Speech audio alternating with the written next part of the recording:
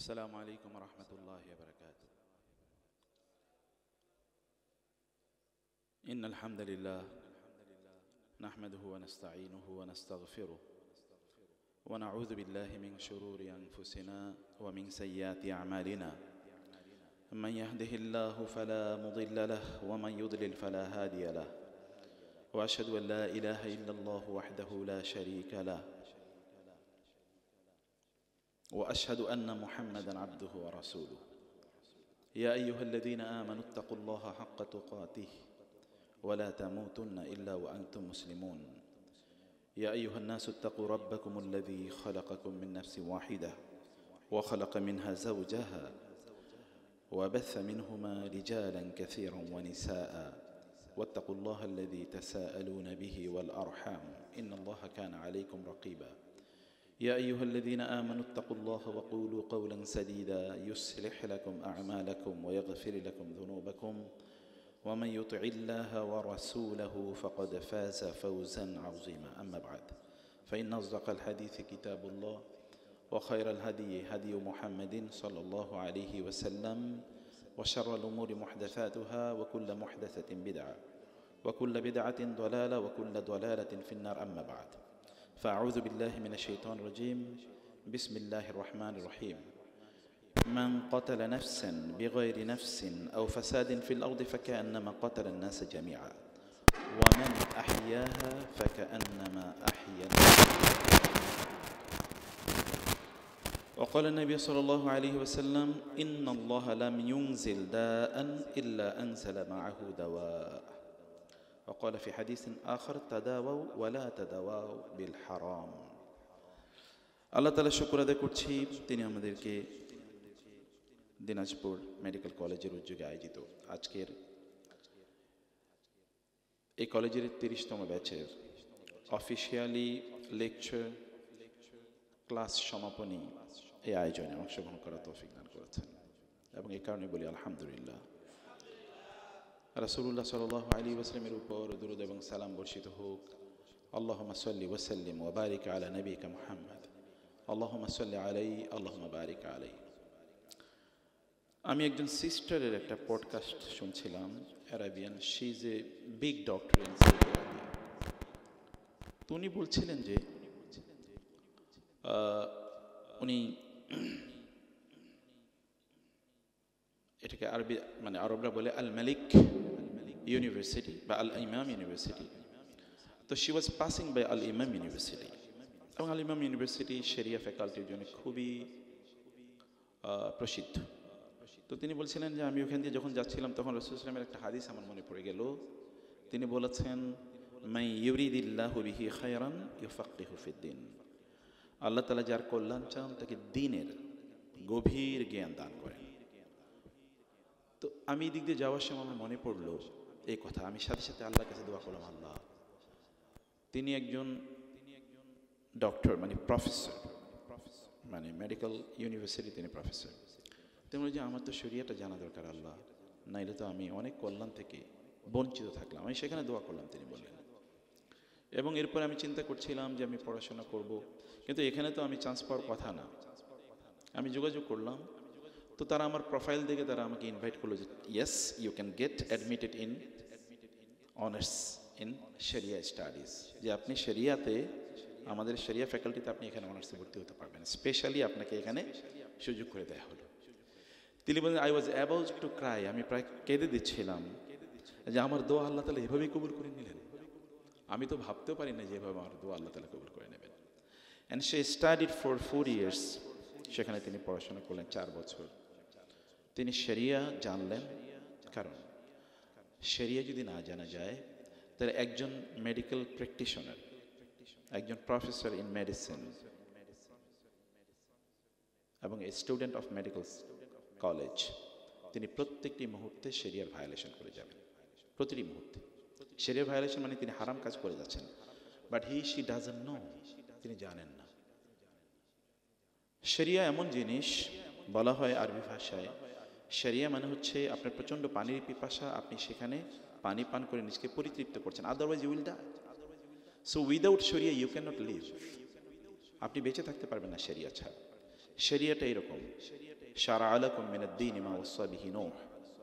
আল্লাহ সুবহানাহু ওয়া তাআলা শিরআতান লিকুল্লি, আল্লাহ তাআলা বলেছেন যে প্রত্যেকের জন্য শিরআতান ওয়া মিনহাজ, আমি শিরআ এবং মিনহাজ মানহাজ দিয়ে দিয়েছি। আপনাদের বয়সী আরেকজন ছেলের তার পডকাস্ট শুনছিলাম, আমার মনে গত 2-3 দিন আগে আমি পডকাস্ট শুনি, আপনাদেরকে বলবো আজকে সেই কথাগুলো, গল্পগুলো। তো তারও আরবিতে তার লেকচারটা আমি শুনছিলাম, মানে আলোচনা সে করছিল, মেডিকেল ছাত্র। সে বলে যে আমি একবার তারাবির নামাজে অংশগ্রহণ করলাম, সেখানে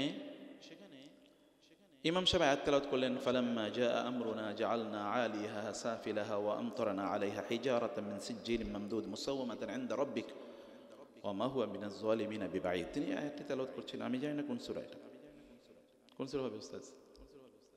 আমি তো হাফেজ নাই, কারণ আমি বলতে পারবো না।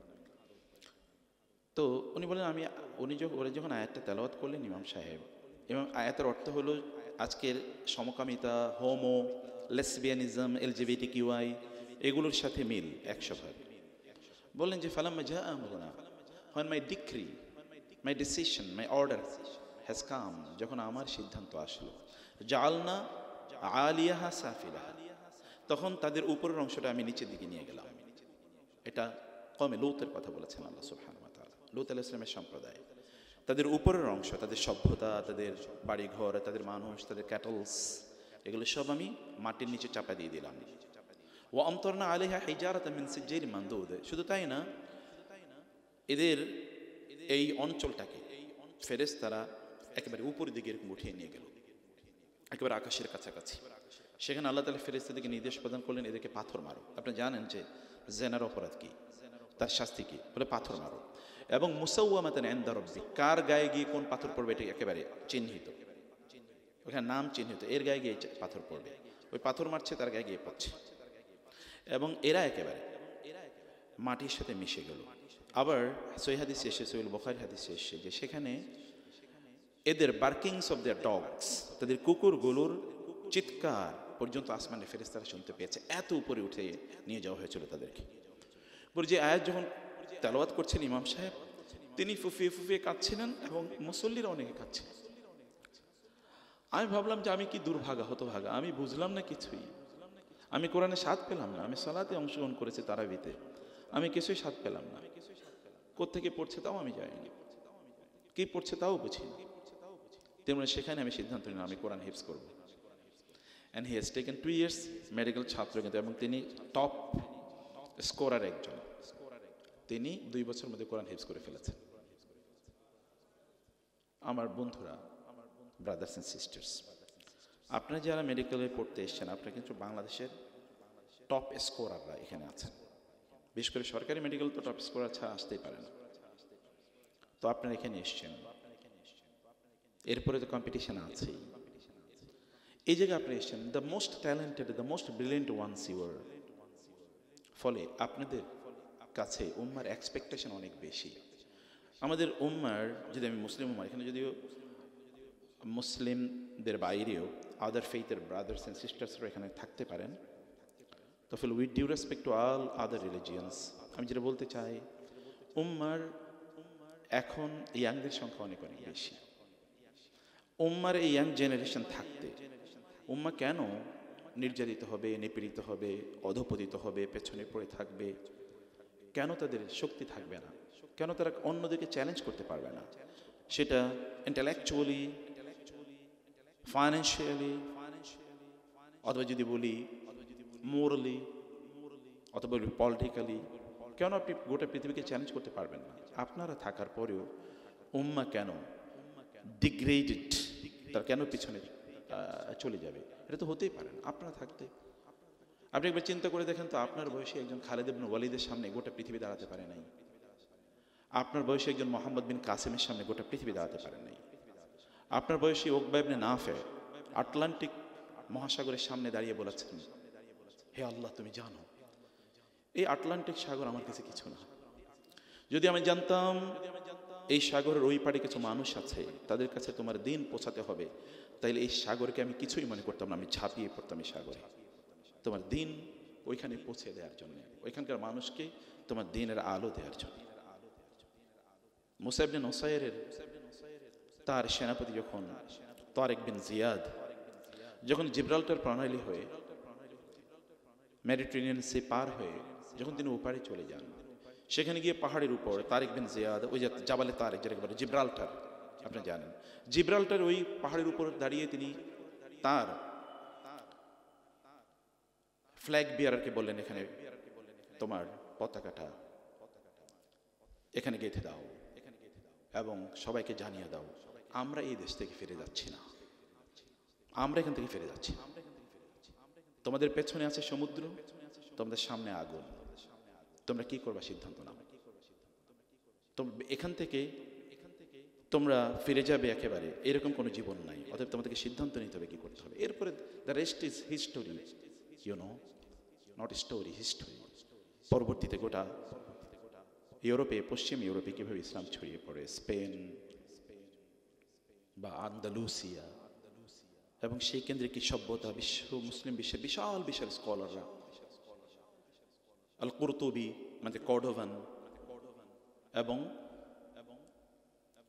এছাড়া যদি আমরা বিজ্ঞানীদের কথা বলি, ইবনে খালদুনের কথা বলি, অথবা যদি আমরা আল খাওয়ারিজমিদের কথা বলি, অথবা ইবনে রুশদের কথা বলি, এরা সেখান থেকে কীভাবে তৈরি হয়েছে দেখেন। আল গাজালিদের কথা যদি বলি, কীভাবে সেখান থেকে তারা ওই সকল জায়গা থেকে তারা তৈরি হয়েছেন, তাই না? কারণ কি? কারণ একটাই, তা হলো আপনাদের মতো ইয়াংরা যখন জেগে ওঠে তখন কেউ তাদেরকে দমিয়ে রাখতে পারে না। আপনারা আজকে যেখানে এখানে যারা উপস্থিত হয়েছেন, আজকে আপনাদের ক্লাস সমাপনে আমি কয়েকটি বিষয় কেবল আপনাদের দৃষ্টি আকর্ষণ করতে চাই। এখানে প্রিন্সিপাল স্যার আছেন, অন্যান্যরা আছেন। স্যারদের সম্মান এবং মর্যাদা আল্লাহ বাড়িয়ে দিন। এবং আমরা চাই আপনাদের এই মেডিকেল কলেজ এটা এমন একটা জায়গায় আপনারা রেখে যান, আপনারা যারা আজকে সমাপনী ক্লাসের পরে এখানে উপস্থিত হয়েছেন, আপনারা এমন একটা লিগাসি, লাস্টিং লিগাসি রেখে যান যে you will be remembered by others after years, decades after decades. কোরআনে কোন সূরায় বলেছেন আল্লাহ তাআলা আমার মনে নাই, কিন্তু তিনি বলেছেন কাম তারাকু মিন জান্নাতি ওয়া উয়ুন ওয়া যুরুই ওয়া মাকামিন কারীমিন ওয়া না'মাতিন কানু ফিহা ফাকিহিন ফামা বাকাত আলাইহিমুস সামাউ ওয়াল আরদু ওয়া মা কানু মুনজারিন। ফেরাউনকে যখন লোহিত সাগরে নিমজ্জিত করে ফেরাউন পুরো গোষ্ঠীকে আল্লাহ শেষ করে দেন, এরপরে আল্লাহ তাআলা বললেন কাম তারাকু মিন জান্নাতি ওয়া উয়ুন, তুমি তাকিয়ে দেখো, তোমরা তাকিয়ে দেখো কত উদ্যান, কত বাগান, কত ঝর্ণা সব পেছনে রেখে গিয়েছে। ও যুরুইন, এবং তাদের কত বিশাল মাঠ যেখানে তাদের ফসলগুলো উৎপাদন হতো। ওয়া মাকামিন কারীম, কি বিশাল অট্টালিকা। ওয়া না'মাতিন কানু ফিহা ফাকিহিন, এবং তাদের কি নেয়ামতপূর্ণ, মানে কি প্রাচুর্যপূর্ণ জীবন যাপন তারা করতে, এগুলো সব এভরিথিং ইজ লেফট বিহাইন্ড।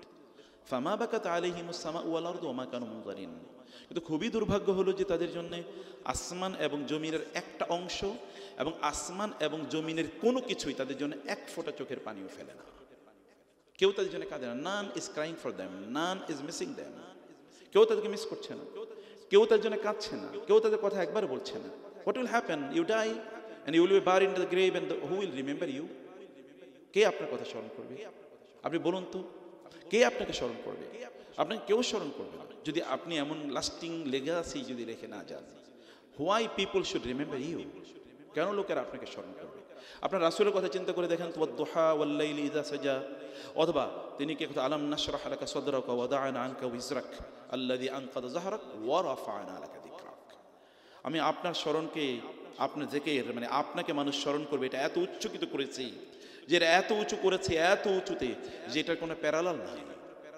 এই পৃথিবীতে হাজার মানুষ না, লক্ষ মানুষ না, কোটি মানুষ না, শত কোটি মানুষ প্রত্যেকটি মুহূর্তে যার নামে দরুদ পড়ে, যার জন্য সালাম প্রেরণ করে পেশ করি, তার নাম হচ্ছে মুহাম্মাদুর রাসূলুল্লাহ সাল্লাল্লাহু আলাইহি ওয়াসাল্লাম। কারণ কি? কারণ তিনি লিগাসি রেখে গেছেন, তিনি রেখে গেছেন এমন কিছু যে মানব জাতি কিয়ামত পর্যন্ত উপকৃত হবে। এই কারণে ওয়াহাব ইবনে মুনাব্বিহ সহ আমাদের বড় বড় স্কলাররা তারা বলেছেন যে রাসূলুল্লাহ সাল্লাল্লাহু আলাইহি ওয়াসাল্লাম মানব জাতির যে উপকার করেছেন, আদম আলাইহিস সালাম থেকে শুরু করে কিয়ামত পর্যন্ত যত লোক আসবে সকল লোক মিলেও তিনি যে উপকার মানব জাতির করেছেন তার সিকি ভাগ করতে পারবে না সাল্লাল্লাহু আলাইহি ওয়াসাল্লাম।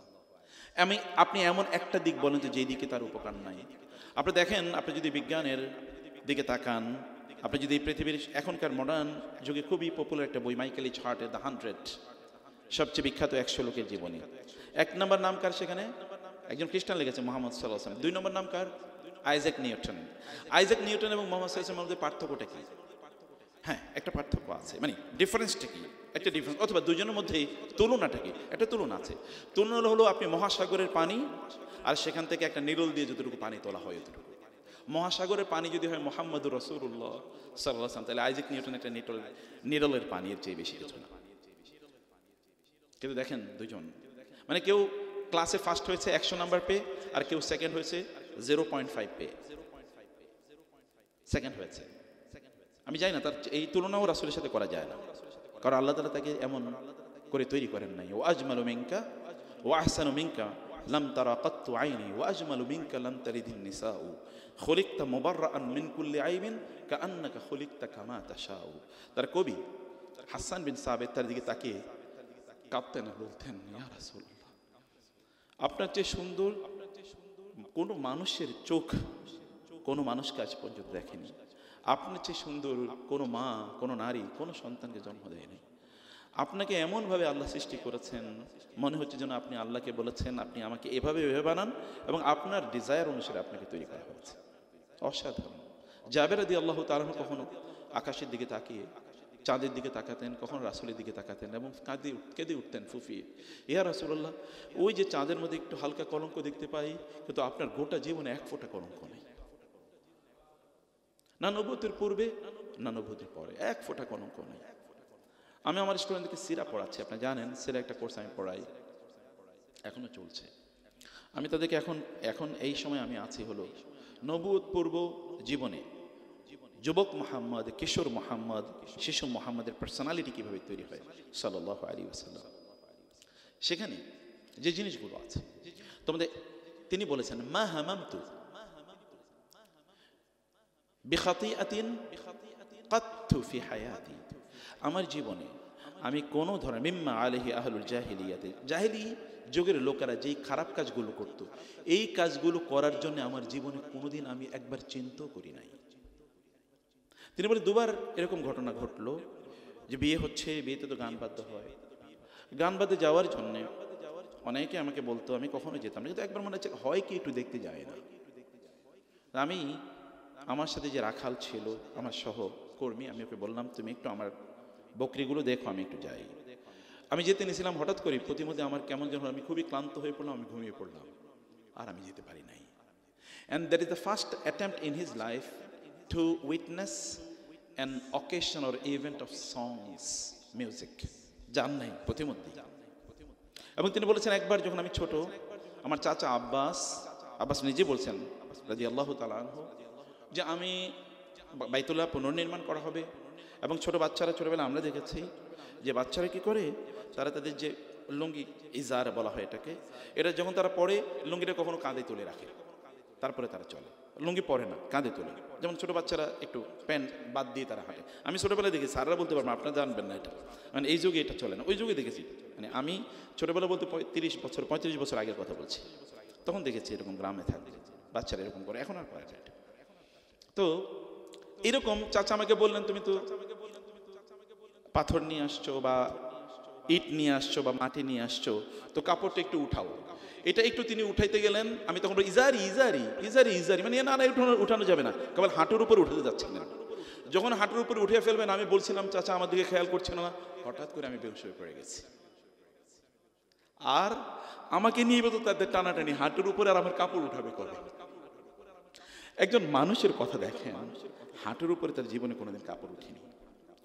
আপনি শীলতা, শালীনতা, শিষ্টাচার বা শিষ্টতা যদি আপনি বলেন, মডেস্ট, এই দিনের আল হায়া ও মিনাল ঈমান, আল হায়া ওয়াল ঈমান কুরানা ফাইদা যাহাবা হাবুহুমা যাহাবাল আখার। ঈমান এবং মডেস্টি এই দুটো একসাথে চলে, এই জন্যই তিনি বলতে পেরেছেন, কারণ তার জীবনের বাইরে কোনোদিন ঘটে নাই। এই দুটো একসাথে চলে, একটা চলে গেলে আরেকটা চলে যায়, দুটো একসাথে থাকে। এটা দুই টুইন ব্রাদার্স, টুইন সিস্টার্সের মতো, একা চলতে পারে না, একসাথে চলে দুটো। আল হায়া ইদা, যখন ফাতাকাল হায়া ফাসনা মা শিতা, লজ্জা না থাকলে যা কিছু আপনি করতে পারেন, আপনি তখন আর কোনো সমস্যা নেই। লজ্জাহীনতা গোটা মানব জাতিকে শেষ করে দিচ্ছে। কিন্তু তিনি এই সময়, এমন এক সময়ের কথা বলছি যখন লজ্জা, এটা মানুষ ভাবতো না লজ্জা আবার কি, এটা কোনো আইটেম নাকি। কারণ তখন নারীরা উলঙ্গ হয়ে বাইতুল্লাহ চারপাশে তাওয়াফ করতো। কেন তাওয়াফ করতো? একটা হলি আইডিয়া তাদের ছিল। আইডিয়া কি ছিল?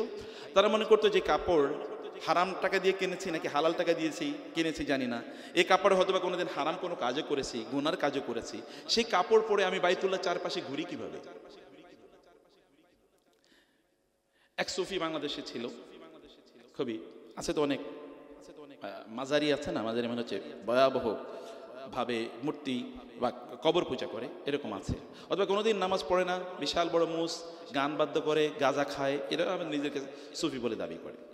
তো সেই লোকের জিজ্ঞেস করা হলো যে আপনারা কোনোদিন নামাজ পড়তে দেখি নাই, গোসলও করতে দেখি নাই, আপনি কি টয়লেটে গিয়ে কি ওযু করেন কিনা, মানে টয়লেটে গিয়ে আপনি কি পেশাব পায়খানা করার পর আপনি পানি ব্যবহার করেন কিনা?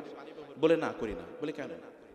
বলে যেই পানি এর অভাবে হুসাইন রাদিয়াল্লাহু তাআলা আনহু কারবালার ময়দানে মারা গেলেন, ওই পানি কিভাবে আমি এই জায়গায় ব্যবহার করি। বুঝতে পেরেছেন? ওই মানে কিভাবে সে ব্যবহার করবে, এই কারণে সেই পানি ব্যবহার করবে। আমরা যেটা দেখতে পাচ্ছি মডেস্টি মানুষের মধ্যে নাই, কিন্তু সেই সময়ের কথা আপনি দেখেন তিনি কি করেছেন তার গোটা জীবনে। তিনি ছোটবেলায় আপনাদেরকে কথা বলি, এ কারণে আমি যে কথা দিয়ে আপনাদেরকে শুরু করতে চাই প্রিয় বন্ধুরা আমার, তা হচ্ছে আপনাদের নিজেদের মধ্যে ইনভেস্ট করুন প্লিজ। আপনারা কিন্তু এখন সুপার ট্যালেন্টেড, সুপার জেনিয়াস, এটা একটা আমানত আল্লাহর পক্ষ থেকে, এটা একটা ক্যাপিটাল। আপনি ক্যাপিটালটাকে আপনি নষ্ট করে দিয়েন না, ধ্বংস করে দিয়েন না। আপনার ক্যাপিটালটাকে বিকশিত হতে দেন, বিকশিত হওয়ার সুযোগ করে দেন, তার মধ্যে ইনভেস্ট করেন, এর মধ্যে ইনভেস্ট করেন, অন্য জায়গায় ইনভেস্ট করবেন না। আপনি কেন টিকটক দেখে তাকে পপুলার বানিয়ে দিচ্ছেন? আপনি কেন ইউটিউবের মালিককে আপনি বিলিয়নিয়ার, পৃথিবীর সবচেয়ে টাকা পয়সার মালিক এখন সে কেন আপনি বানিয়ে দিচ্ছেন? কেন আপনি ইউটিউবকে পৃথিবীর সবচেয়ে ইনকাম, এখন টেলিভিশনগুলো বন্ধ হয়েছে, সব ইউটিউবে যাচ্ছে, কারণ সব ইউটিউবে দেখে, আপনি তাকে কত ধনী বানিয়ে দিচ্ছেন জানেন? তাহলে আপনি সেটাকে ব্যবহার করছেন কেন? তাকে ধনী বানানোর জন্য নাকি আপনার নিজেকে ধনী বানানোর জন্য? হ্যাঁ, yes, you can also make yourself rich. আমি কেবল ফাইন্যান্সিয়াল রিচনেসের কথা বলছি না, আমি spiritual, social, moral, educational, intellectual, এরকম রিচনেসের কথা বলছি। আপনি যখন ইউটিউব দেখেন তখন আপনি কেন দেখেন? সেখানে কি আপনার রিলেটেড কোনো সাবজেক্ট নাই? সেখানে কি মডার্ন কি প্রবলেম আছে মেডিকেল সায়েন্সে? সেখানে কি এগুলো নাই? নিশ্চয়ই আলোচনা আছে। আপনি কেন সেগুলো দেখবেন? আপনি কেন সেখানে টিকটক দেখবেন? আপনি কেন সেখানে নেটফ্লিক্স, আপনি যখনই ঢুকেন তখন আপনি নেটফ্লিক্সে ঢুকেন? কেন নেটফ্লিক্সে ঢুকেন? এর বাইরে কি কিছু নাই? আপনি কি সিনেমা দেখবেন না সিনেমা বানাবেন? আপনি কেন ফলোয়ার হন? আপনি লিডার কেন হচ্ছেন না? আপনি তো লিডারের জাতি। ইব্রাহিম আলাইহিস সালামকে আল্লাহ কি বলেছেন? ইব্রাহিম আলাইহিস সালামকে আল্লাহ তাআলা বলেন নিজাইলুকা লিন্নাসি ইমামা, আমি তোমাকে মানব জাতির নেতা বানাতে চাই, আমি তোমাকে মানব জাতির নেতা। আপনার মিশন, আপনার নবীকে এসে লোকেরা বলল, আবু তালেবের কাছে আসলেন লোকেরা, মক্কার নেতৃবৃন্দ, এবং এসে বললেন মোহাম্মদকে একটু ডাকুন, তার সাথে আমাদের নেগোসিয়েশন আছে। ডাকা হলো ভাতিজাকে আলাইহিস সালাম, তিনি আসলেন, বলে যে আবু তালেব আপনার ভাতিজাকে বলুন তিনি কি চান। তিনি যদি চান আরবের রাজা হবেন, আমরা তাকে আরবের রাজা বানিয়ে দেব। তিনি যদি চান আরবের সবচেয়ে ধনী হবেন, আমরা তাকে আরবের সবচেয়ে ধনী বানিয়ে দেব। তিনি যদি চান আরবের অবিসংবাদিত নেতা হবেন, আমরা তাকে আরবের অবিসংবাদিত নেতা বানিয়ে দেব।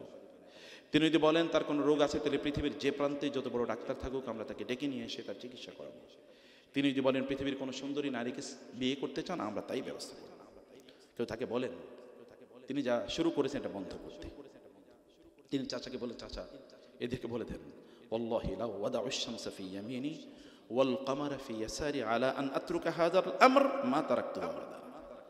তাদেরকে বলে দেন তারা যদি আমার ডান হাতে সূর্য দেয়, বাম হাতে চাঁদ দেয়, যে আমি এই দিন প্রচার বন্ধ করে দেবো, আমি কোনোদিন এই দিন প্রচার বন্ধ করব না।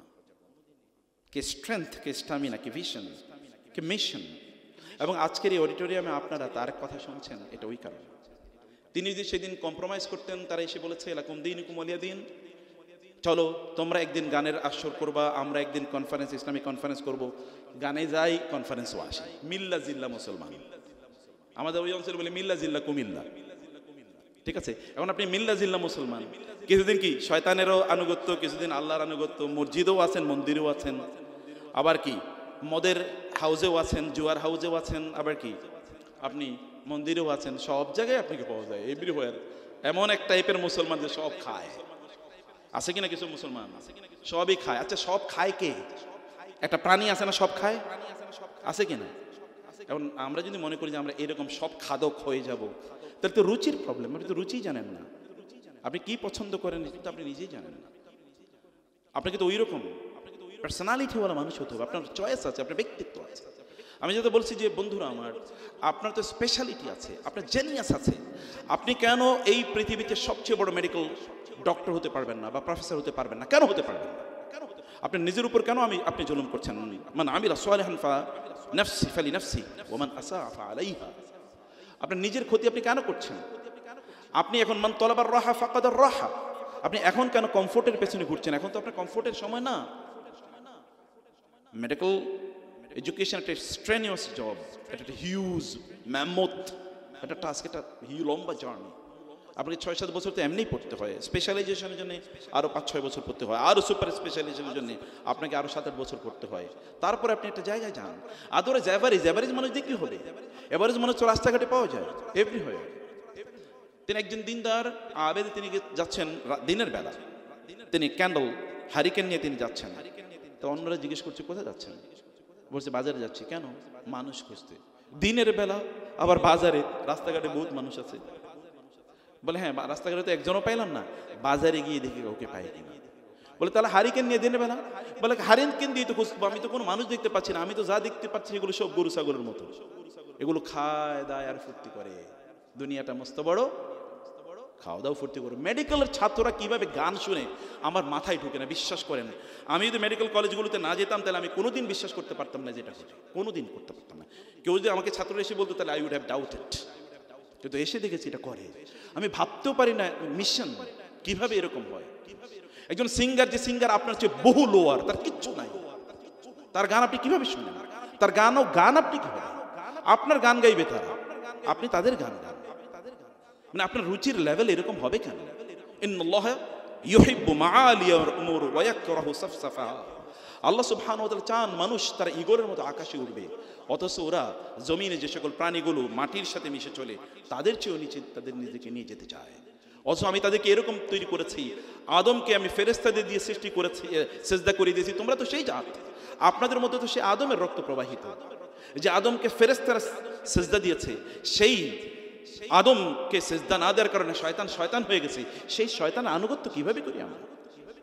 মিউজিক তো শয়তানের সবচেয়ে বড় অস্ত্র। আল্লাহর কসম, যে মিউজিক শুনে তার অন্তরে নেফাকি তৈরি হয়ে যায়, সে কিয়ামত হলো মুসলমান, রিয়েল মুসলমান হতে পারবে না, কারণ তার অন্তরে নেফাকি তৈরি করে দেয়। আপনার মূল জব যেটা, সেটা আপনি করবেন না। আপনি তো ছাত্রী, শিক্ষার্থী, আপনার এই আইডেন্টিটি বাদ দিয়ে আপনি মিউজিক লিসেনার, এখন নতুন আইডেন্টিটি ডেভেলপ করেছেন। অথবা গান, অথবা ধরুন আপনি সিনেমা, অথবা ধরুন আপনি নাটক, অথবা ধরুন আপনি কি টিকটকার, অথবা অন্য কিছু, এগুলো আপনি হচ্ছেন। আপনার সাথে যায় না, আল্লাহ তো আপনাকে এটা দিয়ে তৈরি করেন নাই। আপনার বিশাল বড় লক্ষ্য আছে, আপনি অনেক জায়গায় যেতে পারেন। আমি যে কথা বলি যে আপনাদের, যেমন বাংলাদেশের, আমি বলি দিনাজপুর মেডিকেল কলেজের উপস্থিতি সত্ত্বেও কেন দিনাজপুরের লোকেরা পাশের দেশে গিয়ে তারা চিকিৎসা করবে? কেন আপনারা আমাদের প্রতি এই জুলুম চাপিয়ে দিচ্ছেন? বাইরের দেশ থেকে বা অন্য দেশ থেকে আমাদের দিনাজপুর মেডিকেল কলেজে লোকেরা আসবে তারা চিকিৎসা নেওয়ার জন্য, কারণ আমরা এই লেভেলটাকে তৈরি করেছি। কারণ আপনার নিজকে এমনভাবে আপনি টাওয়ারিং পার্সোনালিটি করেন না যে কেউ আপনাদেরকে তাকালে তার মাথার টুপি পড়ে যায়। সেটা কেন করতে পারবেন? আপনার তো সেই সুযোগ আছে। Just you spend your time in order to develop yourself intellectually. আপনার নিজকে আপনি তৈরি করার জন্য আপনি সেটা করুন। যেই জাতির সর্বপ্রথম শব্দ হলো ইকরা, সেই জাতি না পড়ে থাকে কিভাবে? আপনার ক্লাস শেষ হয়ে যায় 2টায়, আপনি রাত 2টা পর্যন্ত করেন কি? আপনি সকালবেলা কেন ঘুম থেকে উঠতে পারেন না? যে ব্যক্তি, কোনো ডক্টর, মেডিকেল ডক্টর, সকালবেলা তিনি স্টুডেন্ট মেডিকেল কলেজের, তিনি সকালবেলা ঘুম থেকে উঠতে পারেন না সূর্য ওঠার আগে, এটা আমাকে বিশ্বাস করতে হবে? এটা আমাদেরকে স্যারকে বিশ্বাস করতে হবে? কথা এরা যদি বিশ্বাস করতে, তাহলে আমরা সমাজকে কি দেব? আমি তো নিজেই বুঝি না আমার করণীয় কি। ইন্টেলেকচুয়ালি আপনি ওই জায়গায় কেন যেতে পারলেন না? সে ব্যর্থতা কার? সে দায় কার? আপনি কেন পড়লেন? আপনি বলেন আপনার মেডিকেল কলেজের সবচেয়ে লেটেস্ট কি বই আছে বাজারে, সেগুলো কেন? লেটেস্ট কি জার্নাল আছে? আপনার এভরিডে কেন আপনার ইন্টেলেকচুয়াল ডেভেলপমেন্ট হয় না? মান ইস্তাওয়া ইয়াওমাহু ফাহুয়া মাকবুনুন, গতকাল আপনি যা জেনেছেন আজকে কেন আপনি তা জানবেন? একই জানবেন। যারা এই পৃথিবীর সবচেয়ে বড় মেডিকেল স্পেশালিস্ট, তারা কি 24 ঘন্টার চেয়ে বেশি সময় পেয়েছে? তারা কি আপনাদের চেয়ে বেশি talented? No never, no never. এটা হচ্ছে একটা দায়ের মতো। আমিও কিনে নিয়ে এসেছি, স্যারও কিনে নিয়ে এসছে। আমারটা আমি ব্যবহার করি না, স্যারটা স্যার ব্যবহার করেছে। এখন ওইটা এত ধারালো, আপনি হাত দিলে কেটে যায়, আর আমারটাতে কিলাইলেও কিছু হয় না, কারণ এটা কি হয়ে গেছে, বোতা হয়ে গেছে। আপনাদের you will have to sharpen it, you will have to use it in order sharpen, keep it sharper. এটাকে শার্প রাখতে হলে আপনাকে অবশ্যই ব্যবহার করতে হবে। আপনি কেন ব্যবহার করবেন? আপনি পড়ুন, দেখুন না, এভরিডে আপনি কেবল নতুন তথ্য, মেডিকেল সায়েন্সে নতুন কি তথ্য আসছে, আপনি এভরিডে প্রতিদিন কেবল 10 মিনিট 20 মিনিট আধা ঘন্টা ব্যবহার করে দেখেন। আফটার 2 ইয়ার্স আপনি দেখেন আপনার প্যারালাল আর কোনো স্টুডেন্ট আপনি পাবেন না দিনাজপুর মেডিকেল কলেজ। আর আপনি যদি সবাই করেন তাহলে বাংলাদেশে আপনাদের প্যারালাল কোনো ছাত্র পাবেন না যারা এত বেশি তথ্য জানে। জানতে হবে আপনাকে, আপনাকে জানা ছাড়া তো কোনো উপায় নাই। হাল ইয়াস্তাবিল্লাযিনা ইয়ালামুন ওয়াল্লাযিনা লা ইয়ালামুন, যারা জানে এবং যারা জানে না তারা কিভাবে সমান হয়? আপনার ভিশন কি? আপনি কি করতে চান? কোন একটা ক্লিনিকে চাকরি করবেন, নিজের স্ট্যাটাস এত লোয়ারে নিয়ে গেলেন কেন? আপনাকে এরকম স্বপ্ন জাগে না যে আমি একটা শরিয়া বেসড স্পেশালাইজড মেডিকেল হসপিটাল করতে চাই, আমি হসপিটাল করতে চাই শরিয়া বেসড স্পেশালাইজড, যেখানে শরিয়ার 100% কমপ্লায়েন্স থাকবে, যেখানে বাইরের মানুষের সেখানে এটা আসতে দেখতে আসবে, অথবা বাংলাদেশের সবচেয়ে ভালো সার্ভিস এখানে দেওয়া হবে, এরকম আমি এরকম একটা ক্লিনিক করব। অথবা আমি আমার একটা পাকিস্তানের মেডিকেল ছাত্র, সে তার গ্রামে গিয়ে দেখলো যে ওইখানকার নারীরা তাদের বাচ্চা যখন প্রসব করবে তখন তারা আশপাশে কোনো ক্লিনিক নাই, ইত্যকার করবে কি, এগুলো তারা খুবই পেরেশানের মধ্যে ছিল। সেখানে নতুন আইডিয়া ডেভেলপ করলো, যেখানে কিছু প্রত্যেকটা গ্রামে কিছু মানুষদেরকে ট্রেনিং দেবে, মানে নারীদেরকে, তারা যেন এই ধাত্রীর কাজটা করে, প্রাথমিক কাজ। এরপরে একটা অ্যাম্বুলেন্সের একটা সিস্টেম ডেভেলপ করলো, যেন পাশের কোনো ইয়েতে হসপিটালে যেন তাদেরকে দ্রুত নিয়ে যাওয়া যায়। এবং ওই হসপিটালের সাথে এরকম ইয়ে করা হলো যে আমার প্রতিষ্ঠান থেকে, মানে আমি এরকম একটা অর্গানাইজেশন ডেভেলপ করছি, এখান থেকে আসলে তাদেরকে ফার্স্ট সার্ভিস দিতে হবে। এখন তাকে নিয়ে গোটা পৃথিবী তাকে নিয়ে মেতে আছে, এত অসাধারণ কাজ করলো। আইডিয়া তো are everywhere, and you should generate ideas. আপনাকে থট লিডার হতে হবে, আপনাকে চিন্তা করতে হবে। আল্লাহ সুবহানাহু ওয়া তাআলা আহাব্বুল আসমাই ইলাল্লাহি আব্দুল্লাহ ওয়া আব্দুর রহমান ওয়া আসদাকুহা আল হারিস ওয়াল হুম্মাম। আল্লাহর কাছে সবচেয়ে প্রিয় নাম হচ্ছে থট লিডার, যাদের নাম হচ্ছে হুম্মাম, মানে যারা চিন্তা করে, যাদের চিন্তা আছে।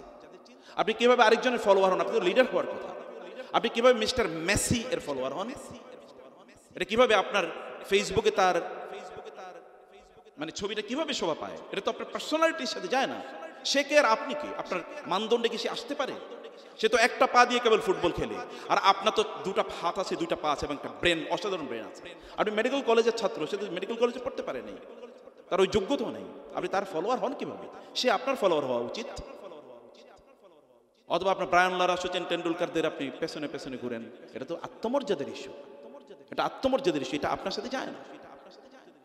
আপনাকে এমন জায়গায় নিতে, আপনার নিজকে আপনার build your own personality, your own branding.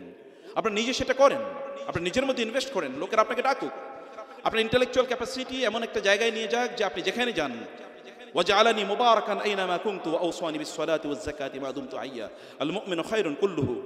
রাসূলুল্লাহ সাল্লাল্লাহু আলাইহি ওয়াসাল্লাম বলেছেন, ঈমানদাররা তাদের নিজেদেরকে এমন লেভেলে নিয়ে যায় যেখানে যায় সেখানে সে কল্যাণ বয়ে দেয়। ঈসা আলাইহিস সালামের ব্যাপারে আল্লাহ তাআলা বলেছেন, ওয়াজআলানি মুবারাকান আইনামা কুনতু। ঈসা আলাইহিস সালাম বললেন, আল্লাহ আমাকে বরকতময় করেছেন, যেখানেই থাকি, যখনই থাকি, যেখানে যাই সেখানে আমার কারণে বরকত চারিদিকে ছড়িয়ে পড়ে। আপনার নবী যেখানে গিয়েছে দেখেন, তিনি মক্কা ছেড়ে চলে গেছেন, মক্কা অন্ধকারাচ্ছন্ন হয়ে গেছে। তারাহালা আন কওমিন ফাদাল্লাত উকুলুহুম ওয়া হাল্লা আলা কওমিন বিনূরিন মুজাদ্দাদি। কবি বলেছেন, তারাহালা আন কওমিন ফাদাল্লাত উকুলুহুম। তিনি মক্কা থেকে যখন চলে যান, এরপর ইতিহাস দেখেন, মক্কা এরপরে দুর্ভিক্ষ শুরু হয়ে যায়, বারাকা। তিনি মক্কা থেকে চলে গেছেন, মক্কায় দুর্ভিক্ষ। ফাদাল্লাত উকুলুহুম, এই লোকগুলো মনে হচ্ছে মেধাশূন্য, অথচ কুরাইশরা, আরব না গোটা মানব জাতির মধ্যে সবচেয়ে বেশি ব্রিলিয়ান্ট জ্ঞানী, কিন্তু ফাদাল্লাত উকুলুহুম, এখন এরা যেন as if they are ignorant and they are lost in the deserts, in wilderness, মানে তারা এখন কিছুই বুঝতে পারছে না। ফাদাল্লাত উকুলুহুম ওয়া হাল্লা আলা কওমিন বিনুরিন মুজাদ্দাদি। ইয়াসরিব শব্দটার মধ্যে একটা নেগেটিভ ইস্যু আছে, এই কারণে রাসূল বলেছেন, তোমরা ইয়াসরিব বলবা না, ইয়াসরিব বলবা না। এটা নাম হয়ে গেছে মদিনা। মদিনা যাওয়ার পরে কি অবস্থা হয়েছে দেখেন তো। গোটা পৃথিবীতে একটা মদিনা বললে একটা জায়গাকে চেনে, অথচ মদিনা মানে কিন্তু সিটি। মদিনা মানে কি? সিটি। কিন্তু গোটা পৃথিবীতে সিটি নামে একটাই আছে, সেটা হচ্ছে মদিনা। মদিনা বললে কেবল একটা জায়গাকে বোঝায়, এটা বলা না হয় না মদিনা তু দিনাজপুর অথবা মদিনা তু ঢাকা। মদিনাতে ওয়াশিংটন বলা হয় না, মদিনা মানে ওইটাই। এটা কেমন হয়েছে? তিনি যেখানে গিয়েছেন সেখানে বারাকা। এমনকি তিনি যে রাস্তা দিয়ে হেঁটে গিয়েছেন, যেখানে তিনি দাঁড়িয়েছিলেন ওইখানে পরবর্তী সাহাবায়ে কেরামরা মসজিদ তৈরি করেছেন। যেখানে তিনি সালাত আদায় করেছেন ওইটা এখন বিখ্যাত। এটা কারণ কি? পার্সোনালিটি, ব্যক্তিত্ব, নিজের মধ্যে ইনভেস্টমেন্ট যেটা বলেছে। আপনারা বলেন তিনি তার যৌবনে তাকে কেন আস-সাদিক এবং আল আমিন বলা হতো? কেন বলেন আস-সাদিক এবং আল আমিন কেন বলা হতো? তার নিজের মধ্যে ইনভেস্টমেন্ট সেই জায়গায় তিনি করেছেন। পরম সত্যবাদী, পরম বিশ্বস্ত। যেই যুগে বেদুইনদের কাজই ছিল লুটেরা, মানে সেখানে মরুদস্যুর মতো করে তারা কাজ করবে, কারো সম্পদ লুট করে নিয়ে আসলে কোনো জবাব দিতে নাই। Might is right is the policy, was the policy of that society. সেখানে তিনি তার নিজকে কোথায় নিয়ে গিয়েছেন? তিনি সেখানে হেল্পফুল ফুজুল তৈরি করেন এবং সেখানে তিনি লোকজনকে নিয়ে সমস্যার সমাধানের কথা চেষ্টা করেন, চিন্তা করেন। যখন সমাজে বাইতুল্লাহ নির্মাণের প্রশ্ন আসলো এবং হাজারে আসওয়াদকে তার স্থানে রাখার ইস্যু যখন আলোচনা আসলো, তখন হাজারে আসওয়াদকে কে রাখবে এটা নিয়ে রক্তক্ষয়ী যুদ্ধের মতো অবস্থা তৈরি হয়ে গেল। কেউ একজন বললেন মুহাম্মদ আগামীকাল বাইতুল্লাহতে সর্বপ্রথম যিনি পা রাখবেন ভোরে সকালে সবার আগে এই প্রেমিসে, তাকেই আমরা দেব দায়িত্ব। তিনি যেই সিদ্ধান্ত দেন আমরা সেই সিদ্ধান্ত মেনে নেব। সবাই অপেক্ষায় আছে কে আসবে সকালবেলা সবার আগে। সকালবেলার পাখি তো সকালে আগে যাবে, সকালবেলার পাখি তো তখনও একজন। তিনি সেখানে যখন প্রবেশ করলেন, লোকেরা বললেন হাদা আল আমিন রাদিনা বিকাদাহি, আলামিন এসছে, নামই হয়ে গেছে আলামিন। আলামিন এসছে, তিনি যা বলবেন তাই, আর তিনি কোনোদিন ভুল বলবেন না। সবার জন্য উইন উইন সিচুয়েশন। এবং আপনি জানেন পরে ঘটনা উইন উইন সিচুয়েশন কিভাবে হয়েছে। The problem is settled with his insights. আমাদের নিজেদেরকে ওই লেভেলে নিয়ে যাওয়া দরকার। এই যোগ্যতা আপনার তৈরি করতে হবে। ইউসুফ আলাইহিস সালামের কথা সূরা ইউসুফ তো আপনি পড়েন। ইউসুফ আলাইহিস সালাম কে সম্রাট ডেকে পাঠালেন। সম্রাট স্বপ্নে দেখেছেন, স্বপ্নে ব্যাখ্যা কেউ দিতে পারছে না। ইউসুফ আলাইহিস সালাম স্বপ্নে ব্যাখ্যা দিলেন এবং বলা হলো যে তাকে নিয়ে আসো। আস্তাখলিসু লিনাফসি, আস্তাখলিসু লিনাফসি, আমি তাকে আমার নিজের জন্য করে নেব একাকী। ইউসুফ আলাইহিস সালাম বললেন এ জালনি আলা খাজাইনিল আরদি ইন্নী হাফিজুন আলিম, আমাকে দায়িত্ব দেন। এই যে ডিজাস্টার আপনি ম্যানেজ করতে পারবেন না, এই ম্যানেজমেন্ট তিনি কোথায় শিখলেন?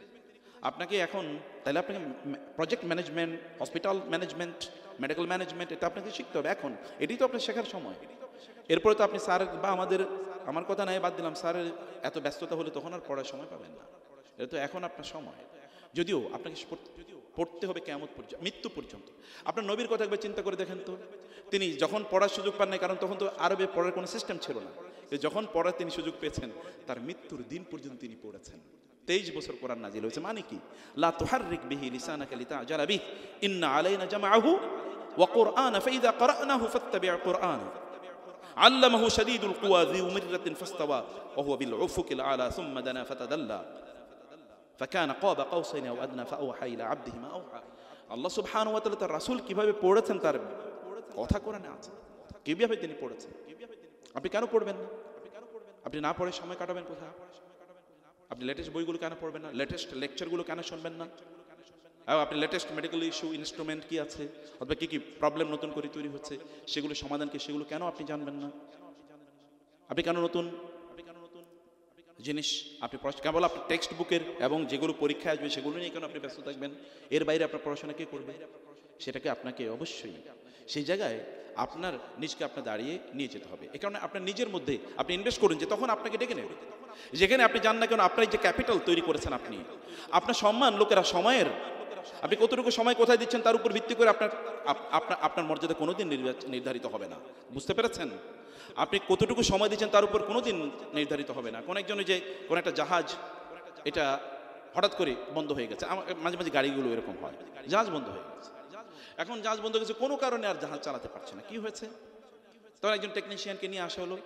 টেকনিশিয়ান বলেছে আমি একটু দেখি। দেখার পরে বলে কোনো সমস্যা না, একটা হাতুড়ি নিয়ে আসেন। হাতুড়ি নিয়ে আসার পরে টেকনিশিয়ান একটা জায়গায় গিয়ে এরকম একটা কেবল করেছে, বাড়ি দিয়েছে। তো ভালো, এখন চলতেছে, জাহাজ চলছে। তো বলো বিল, বলে $50। $50? এটা তো সর্বোচ্চ $1 হওয়ার কথা। বলে হ্যাঁ, এটা $1 হওয়ার কথা, কিন্তু কোন জায়গাটায় বাড়ি দেওয়া দরকার এটা জানার জন্য $49 দেওয়া লাগবে নাকি? বাড়ি কোথায় দেয় আপনি তখন বাড়ি দিতে পারলেন না। তো আমি জানি কোথায় আঘাত করতে হবে, আই নো ইট। এবং এই কারণে আপনাকে আরো $49 দেওয়া। আর কথা ঠিক। আপনাকে জানতে হবে। আপনার সময়ের উপর নির্ভর করে আপনি কোনোদিন আপনার নিজকে মর্যাদাবান করতে পারবেন না যে আমি এখানে এত সময় দিচ্ছি, ওইখানে এত সময় দিচ্ছি। But what sort of capability, skill, যোগ্যতা আপনি কি ডেভেলপ করেছেন? ইউসুফ আলাইহিস সালাম তো ক্রীতদাস আকারে তিনি বাজারে বিক্রি হয়ে গেছেন, তাই না? সেই ক্রীতদাসকে কি করেছে? বলছে আমাকে, তারপরে মিশরের সম্রাট তিনি কিভাবে হয়েছেন? তিনি তো এমনি মিশরের সম্রাট হন নাই, এমনি মিশরের সম্রাট হয় নাই। মক্কার লোকেরা কেন আপনার নবীর পেছনে এরকম ঘুরেছে? কেন তৎকালীন রোমান এম্পায়ার সম্রাটরা কেন ওমর রাদিয়াল্লাহু তাআলা আনহুর রাজত্ব দেখার জন্য বা তার শাসন ব্যবস্থা দেখার জন্য আসতো? কেন গান্ধীকে যখন বলা হয়েছিল, যখন পাকিস্তান ও ইন্ডিয়া যখন ভাগ হয়, তাকে বলা হয়েছিল যে পাকিস্তান মুসলমানদের তাদের তো একটা কনস্টিটিউশন আছে, কোরআন আছে, তারা সেইভাবে তাদের দেশ পরিচালনা করবে। But what do you have? আপনাদের কি আছে? আপনি কীভাবে রাষ্ট্র পরিচালনা করবেন? তিনি একটা বই দেখিয়ে বলেছেন এই বই অনুসারে। বলো বইটা কি? বলেছে life and administration of Omar. এই ওমরের অ্যাডমিনিস্ট্রেশন কি ছিল? এটাই আমার জন্য আর কিছু লাগবে না। এই পৃথিবীর সর্বশ্রেষ্ঠ অ্যাডমিনিস্ট্রেটরের নাম হলো ওমর ইবনুল খাত্তাব রাদিয়াল্লাহু তাআলা আনহু। কোত্থেকে শিখেছেন? কোত্থেকে পড়েছেন? আপনার সেই জেনিয়াস, আমরা সেরকম একটা জেনিয়াস নিজকে এরকম একটা জায়গায় আপনাদেরকে নিয়ে যাওয়া দরকার। মোরাল ক্যাপিটাল নিজের মধ্যে অবশ্যই বিল্ড আপ করতে হবে। মোরাল ক্যাপিটাল বিল্ড আপ করতে হবে, ইন্টেলেকচুয়াল ক্যাপিটাল এর পাশাপাশি আপনার স্পিরিচুয়াল ক্যাপিটাল বিল্ড আপ করতে হবে। আপনি অনেক সফল, কিন্তু আল্লাহর সামনে আপনার সামান্য কোনো দাম নাই। যেমন ফেরাউন, ফেরাউনকে যখন লোহিত সাগরে নিমজ্জিত করে হত্যা করা হয়, তখন ফেরাউন বলছিল আমানতু বিল্লাযী আমানা বিহি বানু ইসরাঈল।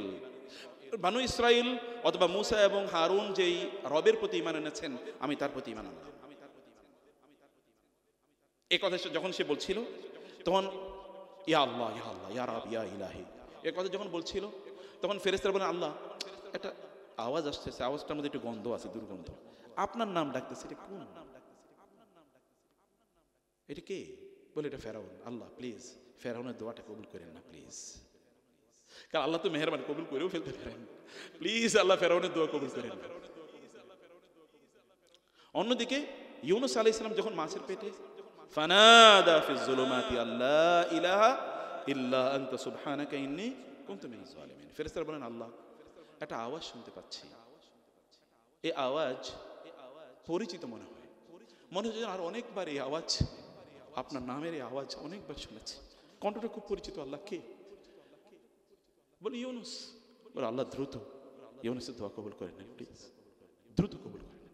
আল্লাহ তাআলা বলেন ফাসতাজাবনা লাহু ওয়া নাজ্জায়নাহু মিনাল গাম ওয়া কাযালিকা নুনজিল মুমিনিন। আপনারা যারা আরবি ভাষা বুঝেন, এটা বাবুল ইস্তেফাল। বাবুল ইস্তেফালের একটা খাসিয়ত হচ্ছে এটা দ্রুত, ইমিডিয়েটলি, এখনই। বলে ফাসতাজাবনা, আমি immediately responded to his prayer. ওয়া নাজ্জায়নাহু মিনাল গাম, এবং বাবুত তাফঈল এর একটা খাসিয়ত হচ্ছে ব্যাপকতা, আল কাসরা বুঝায়। আমি তাকে এমনভাবে সেখান থেকে উদ্ধার করে নিয়ে আসলাম যেন এতদিন এই যে মাছের পেটে ছিল, সমুদ্রের মধ্যে ছিল, তার মধ্যে যে বিভিন্ন ধরনের প্রবলেম তৈরি হওয়ার কথা, এগুলো কিছুই হয় না, কারণ তার শরীরটা তুলতুলে হয়ে যাওয়ার কথা, এখানে বিভিন্ন ধরনের মানে গোটা ইত্যাদি তৈরি হয়ে যাওয়ার কথা, অনেক কিছু, কোনো কিছু হয় নাই। তরতাজা মানুষ সেখান থেকে বের করে নিয়ে এসেছি আমি তাকে। আপনার জন্য ফেরেশতারা গর্ব করে কিনা? স্পিরিচুয়াল আপনি নিজেকে এভাবে ডেভেলপ করছেন কিনা, নাকি শয়তান আপনার ব্যাপারে গর্ব করে? ফেরেশতারা গর্ব করে কিনা? ফেরেশতাকে বলে কিনা? রাসূল ইসলাম একবার ঘর থেকে বের হলেন, তিনি দেখলেন কয়েকজন লোক মসজিদে নববীতে বসে আছে। তিনি তাদেরকে বললেন মা আজলাসাকুম হুনা, কিসে তোমাদেরকে এখানে বসিয়ে রেখেছে? তারা বললেন আমরা এখানে কেবল আল্লাহ জিকির করার জন্য, আল্লাহকে নিয়ে আলোচনা করা ইত্যাদির জন্য আমরা বসে আছি। রাসূলুল্লাহ সাল্লাল্লাহু আলাইহি ওয়াসাল্লাম বললেন আস্তাহলিফুকুম, আমি তোমাদেরকে আল্লাহর নামে শপথ করে জিজ্ঞেস করছি, তোমরা কি এই জন্য কেবল বসে আসছো এখানে? আল্লাহু আজলাসাকুম, মানে আল্লাহ কেবল তোমাদেরকে এখানে বসিয়ে রেখেছে, মানে আল্লাহ জিকিরই, আল্লাহর উদ্দেশ্য, আল্লাহর জন্যই করছো? বলে হ্যাঁ, এই জন্যই বসে আছি। তিনি বললেন লান আস্তাহলিফাকুম তুহমাতান লাকুম ওয়ালাকিন জিবরিল ক্বাদ জাআনি ওয়া আখবারানি আন্নাল্লাহ ক্বাদ ইউবাহি বিকুম আল মালাইকা। তিনি বললেন আমি তোমাদেরকে সন্দেহ করে জিজ্ঞেস করছি না, বরং আমি একটু বিস্মিত হয়েছিলাম যে ফেরেশতা জিবরিল আমাকে মাত্র এসে বলে গেল তোমাদের কথা আল্লাহ তাআলা সবচেয়ে গুরুত্বপূর্ণ ফেরেশতা যারা, প্রধানতম ফেরেশতা যারা, তাদের সাথে আলোচনা করছেন এবং গর্ব করে বলছেন দেখো এই যে আমার বান্দারা, দেখো তোমরা না বলছিলা কেন বানাই, এবার দেখো কেন বানাইছি। সহিহুল বুখারী হাদিস, যে আমি কিন্তু এই কারণে তোমাদেরকে জিজ্ঞেস করছি। সম্মানিত ভাইয়েরা, বোনেরা, আপনি নিজের মোরাল ডেভেলপমেন্ট লাগবে। এটা আপনাকে গ্র্যাজুয়ালি করতে হবে, এটা আপনাকেই করতে হবে, অন্য কেউ এটা হঠাৎ করে কোনোদিন তৈরি হয় না। আপনার রাসূলের ব্যাপারে আল্লাহ তাআলা কি বলছেন দেখেন, তিনি তো এখন নবী, তো তার তো পার্সোনাল গ্রোথের আর প্রয়োজন নাই। কিন্তু আল্লাহ কি বলেছেন, ইয়া আইয়ুহাল মুযাম্মিল কুমিল লাইলা ইল্লা কালিলা নিসফাহু আও ইনকুস মিনহু কালিলা আও জিদ আলাইহি ওয়ারাত্তিলিল কুরআনা তারতিলা। রাতের অর্ধেক, তার চেয়ে বেশি অথবা তার চেয়ে কম, অথবা পুরা রাত দাঁড়িয়ে আপনি সালাত আদায় করুন। ওমিনাল লাইলি ফাতাহাজ্জাদ বিহি নাফিলাতাল লাক। আমরা পড়ি 5 ওয়াক্ত নামাজ, তিনি প্রতিদিন 6 ওয়াক্ত পড়তেন। আমরা পড়ি 70 রাকাত, তিনি প্রতিদিন কমপক্ষে 40 রাকাত পড়তেন সাল্লাল্লাহু আলাইহি ওয়াসাল্লাম। তার কি নামাজ পড়া লাগে নাকি? তার কি নামাজ পড়া লাগে নাকি? লাগে না। কোন নামাজ পড়বেন? আল্লাহ তাআলা তো কদ গফারা লাকা মা তাকদ্দামা মিন যামবিকা ওয়া মা তাআখার। আল্লাহ তাআলা তার পূর্বের এবং পরের সব গুনাহ মাফ করে দিয়েছেন, তার তো সালাত পড়ার প্রয়োজন হয় না। কিন্তু তার কি গ্রোথের প্রয়োজন নাই? তার কি আল্লাহর আরো ভালোবাসা পাওয়ার প্রয়োজন নাই? অবশ্যই আছে, অবশ্যই আছে। রাসূলুল্লাহ সাল্লাল্লাহু আলাইহি ওয়াসাল্লাম তিনি এভাবে সালাত আদায় করেছেন। এবং আসা আইয়া বাসাকা রব্বুকা মাকামান মাহমুদা, আপনাকে আল্লাহ তাআলা মাকামে মাহমুদ প্রদান করবেন। আপনি এই পৃথিবীর শ্রেষ্ঠতম ডক্টরে পরিণত হতে পারেন। আপনার কিছু সময় যিনি আপনাকে সৃষ্টি করেছেন তাকে প্রদান করুন। এটা লস না, এটা ইনভেস্টমেন্ট। এটা লস না, এটা ইনভেস্টমেন্ট। আপনি ভালো মানুষ না হলে আপনার এগুলো কোনো কাজেই লাগবে না। এগুলো কেউ অস্ত্র তৈরি করে, সে অস্ত্র দিয়ে মানুষ মারার জন্য, কেউ অস্ত্র তৈরি করে মানুষকে রক্ষা করার জন্য। আপনি কোনটা করেছেন? ইমাম রাজি রাহিমাহুল্লাহকে যখন বলো আপনি একটু বিষ বানিয়ে দেন, বলে কেন? বলে কাজে লাগবে, আমাদের প্রশাসনিক কাজে লাগে। বলে আমি তোমাদেরকে এই বিষ বানিয়ে দেবো না, কারণ তোমরা এই বিষ খারাপ কাজে ব্যবহার করবে, এই ফর্মুলাই দেবো না। জুলুমের শিকার হয়েছেন তারা, কিন্তু তারপরে তারা ধ্যান নাই। আর এখন আপনি দেখেন সবচেয়ে বড় মারণাস্ত্র, এটা রাষ্ট্রের কাছে যেটা থাকে, ক্রিমিনালদের কাছে বা সন্ত্রাসীদের কাছে তার চেয়ে লেটেস্টটা থাকে নাকি? আপনারা যারা এই যে মানে এই যে ধরেন ইয়েতে মানে কম্পিউটারে যে সফটওয়্যার বানানো হয়, কি যেন এটা অ্যান্টিভাইরাস যারা বানায়, এরা যেটা বানায়, আর যারা ওই যে ইয়ে করে কি যেন বলে হ্যাকিং যারা করে, ওদের কাছে এর চেয়ে লেটেস্ট ভার্সনটা আছে। যারা বানাইছে এদের কাছে কম ভার্সন, আর ওদের কাছে আরো লেটেস্ট ভার্সন হ্যাকারদের কাছে। আপনি কি করবেন? ওরা আরো বড় অস্ত্র নিয়ে বসে আছে, ওদেরকে ট্যাকল দেওয়ার জন্য স্টাডি করা লাগে যে কি করছে, আমি একটু স্টাডি করি, ওদের মানসিকতা স্টাডি করার জন্য। ইন্টেলেকচুয়ালি কেবলমাত্র মানুষ ডেভেলপ হলেই চলে না, মানুষের অনেক বুদ্ধি আছে, সেটা খারাপ কাজেও লাগতে পারে। কিন্তু আপনি যদি মোরালি বা রিলিজিয়াস আপনার কানেক্টিভিটি যদি আপনার রবের সাথে তৈরি না হয়, তাহলে এগুলো কোনোদিনই আপনার কাজে লাগবে না। রাতের বেলা আপনি তাহাজ্জুদে দাঁড়িয়ে যান না কেন? যদি আপনি কেন আপনার রবকে বলতে পারেন না যে রব আমি এরকম হতে চাই? আপনি যে জায়গায় আছেন আপনি জানেন মেডিকেল প্রফেশনের চেয়ে বড় ইবাদত আর কি হতে পারে? আমি তো চোখে দেখি না। রাসূলুল্লাহ সাল্লাল্লাহু আলাইহি ওয়াসাল্লাম কি এই কথা বলেন নাই? যদি কোনো একজন ব্যক্তি কোনো একজন অসুস্থ রোগীকে দেখতে যায়, অসুস্থকে বা রোগীকে দেখতে যায়, সকালবেলা তাহলে সন্ধ্যা পর্যন্ত 70,000 ফেরেশতা তার জন্য দোয়া করতে থাকে।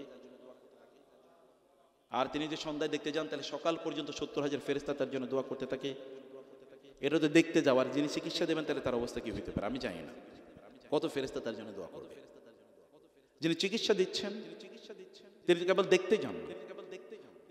তিনি, আমরা বলেছি আপনাকে যে নলেজ যখন আপনি অর্জন করবেন তখন আপনি বাউন্ডারিটা বুঝতে পারবেন।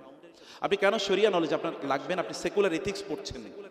মেডিকেল কলেজের এই এথিক্স তো মুসলমানদের তৈরি না, অথচ মুসলমানদের তৈরি হল মেডিকেল সায়েন্স। ইবনে সিনা মেডিকেল সায়েন্সের প্রতিষ্ঠাতা।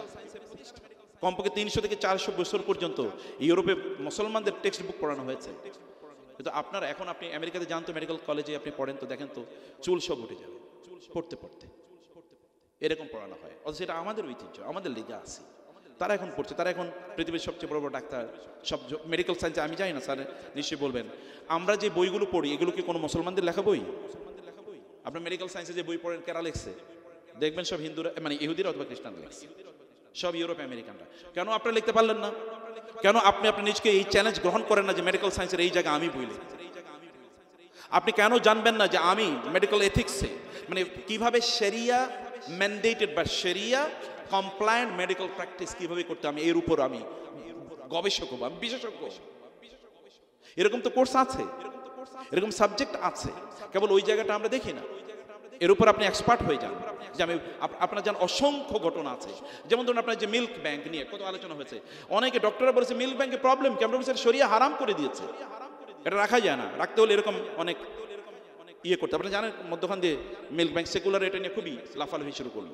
মিল্ক ব্যাংক মানে কি, অনেক শিশু মারা যায়, মানে অনেক মা মারা যায়, তখন এই শিশুকে দুধ পান করাবে কারা? তখন এই যেই অথবা কোনো শিশু মারা যায় যদি মার দুধ রয়ে গেছে, এটা কি করবে? তখন এটা একত্রিত করে ব্যাংক আকারে রাখা হবে, এরপরে যেখানে দরকার সেখানে সাপ্লাই দেওয়া হবে, যেমন ব্লাড ব্যাংক। আমরা বলবো এটা হারাম যদি না এটা মেনটেন করা যায়। কারণ কি, আপনি যার দুধ খাবেন তিনি তো আপনার মা, তিনি কেবল আপনার মা না, তার মেয়ে আপনার বোন, তার মা আপনার দাদি অথবা নানি, তাই না? এটা তো অনেকগুলো ইমপ্লিকেশন এখানে আছে। তারপরে কি হবে? আমাদেরকে 3-4 দিন আগে একজন ফোন করলো, বলে স্যার আমি তো একটা বিপদে পড়ে গেছি, আপনার মাসালা লাগবে কি? বলে আমি আমার কাজিনকে খুবই পছন্দ করি, ছোটবেলা থেকে তাকে ভালোবাসি, কিন্তু তার মা আমার দুধ পান করেছে, এখন করবো কি? এমন হারাম। অনেক আলোচনা, লম্বা ছোট করে বলছি। বলে স্যার আমি ছোটবেলা থেকে তারে পছন্দ করি। বুঝতে পেরেছেন?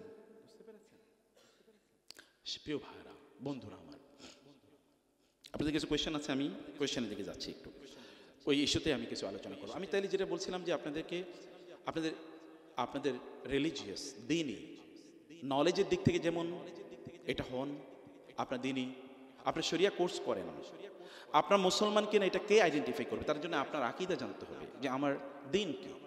অনেকে আমাদেরকে প্রশ্ন করে সুন্নত নামাজ পড়ার জন্য উজু করা লাগবে কিনা, সুন্নত পড়ার জন্য উজু করা লাগবে কিনা, এটা জিজ্ঞেস করে, অন রেকর্ড বলছি, বিশ্বাস করে জিজ্ঞেস করে যে সুন্নত নামাজ পড়ার জন্য আবার উজু করা লাগবে কিনা। মনে করছে শুধু ফরজ পড়ার জন্য উজু লাগে। একজনই জিজ্ঞেস, আর কমন ছাত্রদের তো কমন কোয়েশ্চেন থাকে যে ফজরের সময় প্রায় যায় কিন্তু আমার জন্য গোসল ফরজ, যখন নামাজ পড়বো নাকি গোসল করবো, কারণ গোসল করতে গেলে কি সূর্য উঠে যাবে। This are common questions and the people don't know. তাহলে তার গ্যাপটা কোথায়? আপনি কি বেসিক্স অফ ইসলাম এটা জানবেন না? আপনি অনকের তমকের বই পড়েছেন, আপনি যে কমন মানুষ যে সকল বই পড়ে সেগুলো পড়েন, আপনি কমন থেকে যাবেন। আনকমন মানুষ যে বই পড়ে, আপনাকে আনকমন বই পড়তে হবে। আনকমন বই হচ্ছে কোরআন, কমন মানুষের বই হচ্ছে ফেসবুক, ওটা কমন মানুষের বই, আপনি সেটা পড়েন কেন? কমন মানুষের বই হলো পত্রিকা, মনে হচ্ছে না পত্রিকা খাবে, আপনি কেন খান পত্রিকা? পত্রিকার অধিকাংশ তথ্য নিউজ এগুলো সব বায়াসড, ফেক। আর ফেসবুকের নিয়োগ তো এটা নামই ফেসবুক না, ফেক বুক। আর সেখানে you invest your time, most of your time is invested over there. No, আপনি রিয়েল বুক কবে পড়বেন? যালিকাল কিতাবু লা রাইবা ফি হুদাল লিল মুত্তাকিন। আপনি রিয়েল বুক তো আপনাকে পড়তেই হবে, সেটা হলো সেই রিয়েল বুকও আপনাকে অবশ্যই পড়া লাগবে। এই কারণে আপনাকে হ্যাবিটগুলো ডেভেলপ করেন। মনে রাখবেন, হ্যাবিট ছাড়া আপনি কোনোদিন এগোতে পারবেন না। আমি যেটা বলছিলাম, আপনি ফজরের বেলা যদি ঘুম থেকে না উঠতে পারেন, আপনি দুনিয়ারে উল্টাইবেন কিভাবে? আপনি তো আপনার কাঁথাই উল্টাইতে পারতেছেন নাকি? যিনি কাঁথার কম্বল উল্টাইতে পারেন না, তিনি কিভাবে দুনিয়া উল্টাবেন? ইম্পসিবল। আপনার মেডিকেল স্টুডেন্টরা আপনারা বলেন হেলথের কথা, আল্লাহ রাসূল বলেছেন আল মুমিনুল কাওয়িয়্যু খায়রুন ওয়া আহাব্বু ইলাল্লাহ মিনাল মুমিনিদ দাঈফ। একজন শারীরিকভাবে শক্তিশালী ইমানদার আল্লাহর কাছে শারীরিকভাবে দুর্বল ইমানদারের চেয়ে অনেক অনেক প্রিয়, অনেক অনেক বেশি কি প্রিয়। আপনারা জানেন মুসা আলাইহিস সালাতু, আপনারা মুসা হয়ে যান না কেন? You just become like Moses. মুসা আলাইহিস সালাতু ওয়াস সালাম, মুসা আলাইহিস সালাতু ওয়াস সালাম গেলেন ওই যে মাদিয়ানে, সেখানে গিয়ে দেখলেন দুজন সুন্দরী নারী, যুবতী, মোস্ট প্রবলি দিনাজপুর মেডিকেল কলেজের স্টুডেন্টদের মতই হবে, তাই না?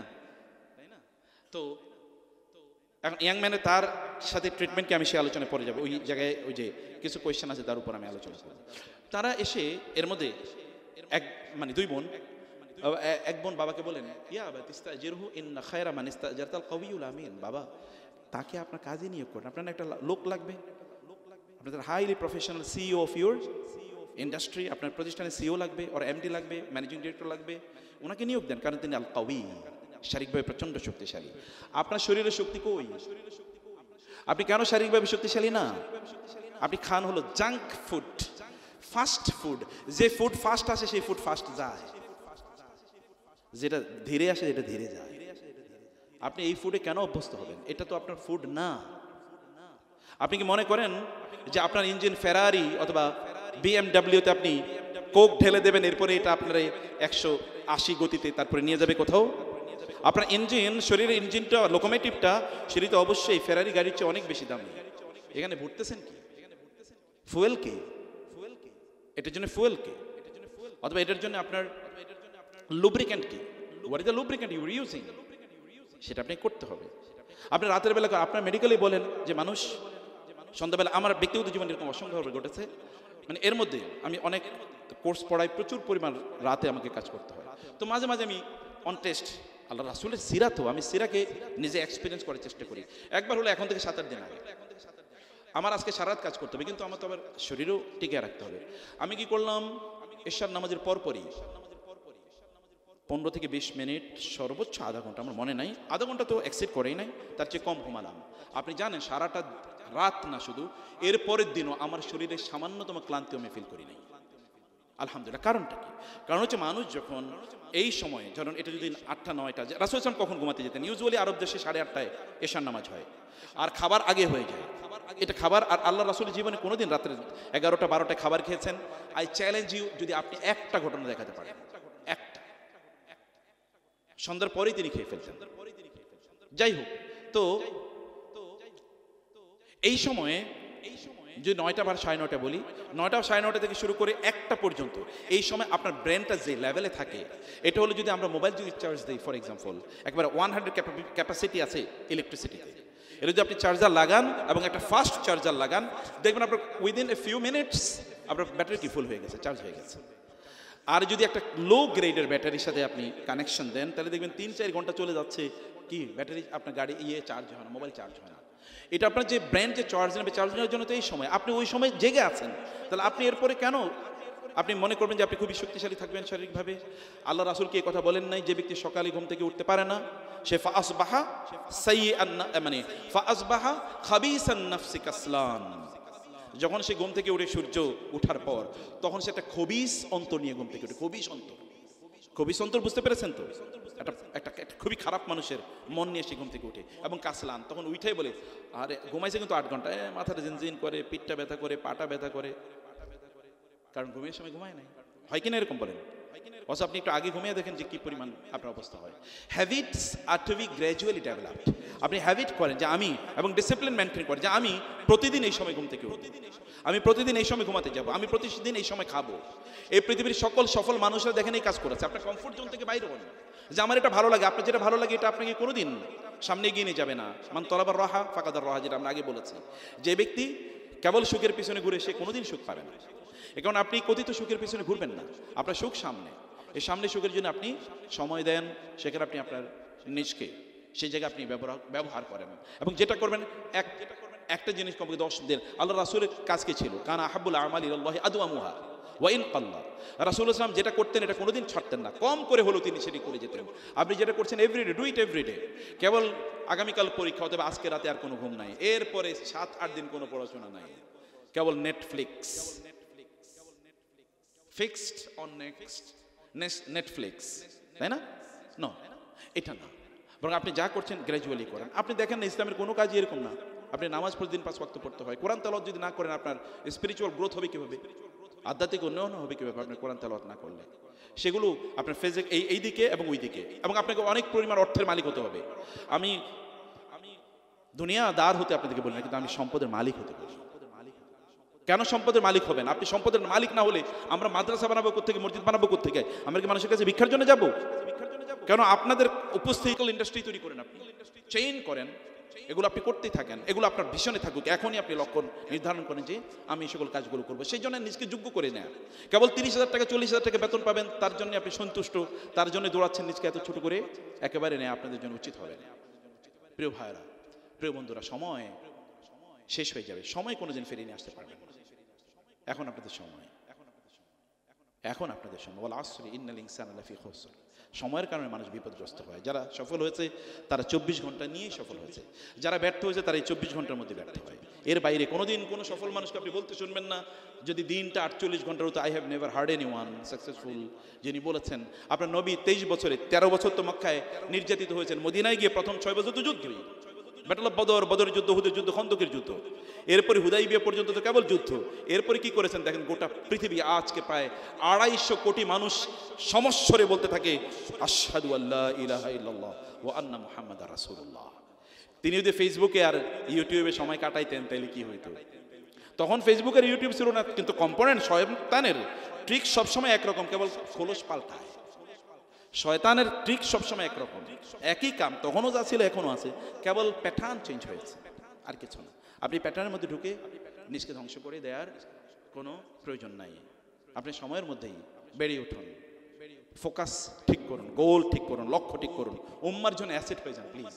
আমাদের উম্মার জন্য কিছু, একটা ইবনে সিনা যদি থাকে তাহলে আমি গোটা পৃথিবীকে দখল করে নিতে পারি।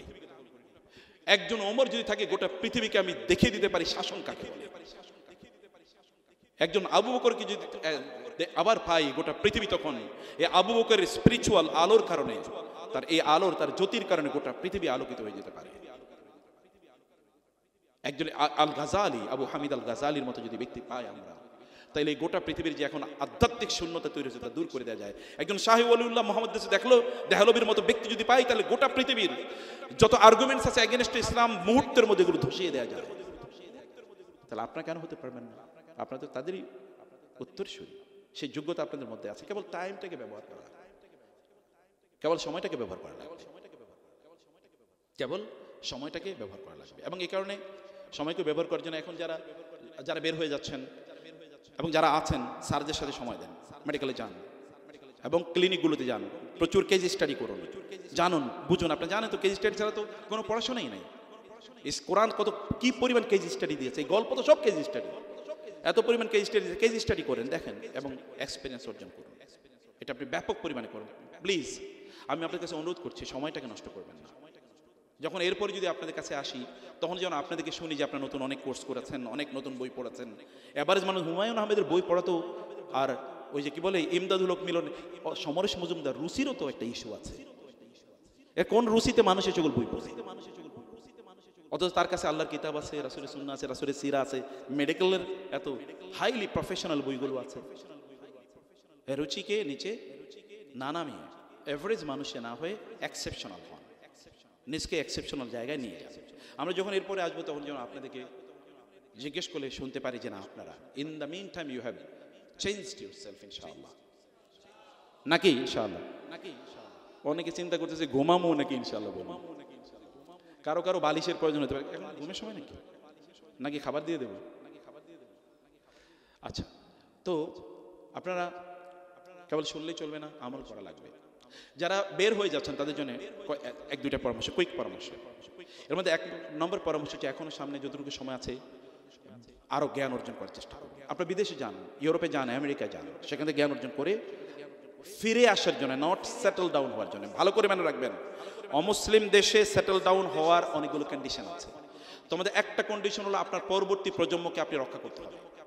আপনি ইউরোপ আমেরিকাতে স্টাডি দেখেন, যত স্টাডি আছে সকল স্টাডি দেখবেন ফার্স্ট জেনারেশন যারা ওইখানে ইমিগ্রেন্ট তারা ঠিক আছে, কিছু মসজিদে যায়। সেকেন্ড জেনারেশন 25%, 30% মসজিদে যায়। থার্ড জেনারেশনের মধ্যে সর্বোচ্চ 5% মসজিদে যাচ্ছে, আর বাকি 90 থেকে 95% তাদের জেন্ডার পর্যন্ত জানে না। সেদিন একজন বোন আক্ষেপ করে বলেন, আমরা আগে যখন ইউরোপে বা আমেরিকার কথাই তিনি বলছেন, আমার অনেক স্টুডেন্ট আছে ওখানে, তাও তারা বলছিলেন যে স্যার এরকম হয়েছে ঘটনা যে আমরা এর আগে শুনতাম যে আমাদের ছেলেরা, মানে মুসলমান ছেলেরা মানে অমুসলিম মেয়েদেরকে বিয়ে করে ফেলছে, এটা আমাদের টেনশনের কারণ ছিল। কিন্তু হঠাৎ করে গত 12-15 বছর আগ থেকে শুরু হলো যে মুসলিম মেয়েরা অমুসলিম ছেলেদেরকে বিয়ে করছে, এটা একটা প্রবলেম। এখন আমরা নতুন প্রবলেমে এসেছি। নতুন প্রবলেম কি? এখন হঠাৎ করে আমার মেয়ে এসে আমাকে বলে, মা তুমি জানো আমি আজকে থেকে ছেলে। আমার মেয়ে ছেলে এসে আমাকে বলতেছে, মা তুমি জানো আমি এখন জেন্ডার চেঞ্জ করে ফেলেছি, I don't have any biological name now. আমার এখন বায়োলজিক্যাল আইডেন্টিটি নাই, আমার এখন একটাই মাত্র আইডেন্টিটি, তা হলো আমি মানুষ। বলতে পশু হয়ে বলতেছে আমি মানুষ, পশু হয়ে গেছে, এখন বলছে মানুষ। এখন জেন্ডার চেঞ্জ করছে। এখন তো জেন্ডার চেঞ্জ করার জন্য কোনো মেডিকেল ট্রিটমেন্টের প্রয়োজন নেই, জানেন তো নাকি? হ্যাঁ, জেন্ডার চেঞ্জ করার জন্য কোনো মেডিকেল ট্রিটমেন্টের দরকার নেই। এখন কেবল যদি আপনি বলেন আমি মনে মনে নারী, আমি মনে মনে নারী। আমেরিকাতে কয়েকদিন আগে যেটা ঘটেছে যে এক পুরুষ সে তাকে বললো আমি মনে মনে নারী। এখন আমেরিকান কোর্ট মানে ওইখানে জেলখানা বলছে না আপনি পুরুষ। এখন সে তো জেলে তো যাবে, তাকে তো ইয়েতে রাখতে হবে, প্রিজনে রাখতে হবে। এখন তাকে কি ছেলেদের প্রিজনে রাখা হবে নাকি মেয়েদের প্রিজনে রাখা হবে, এটা একটা ইস্যু।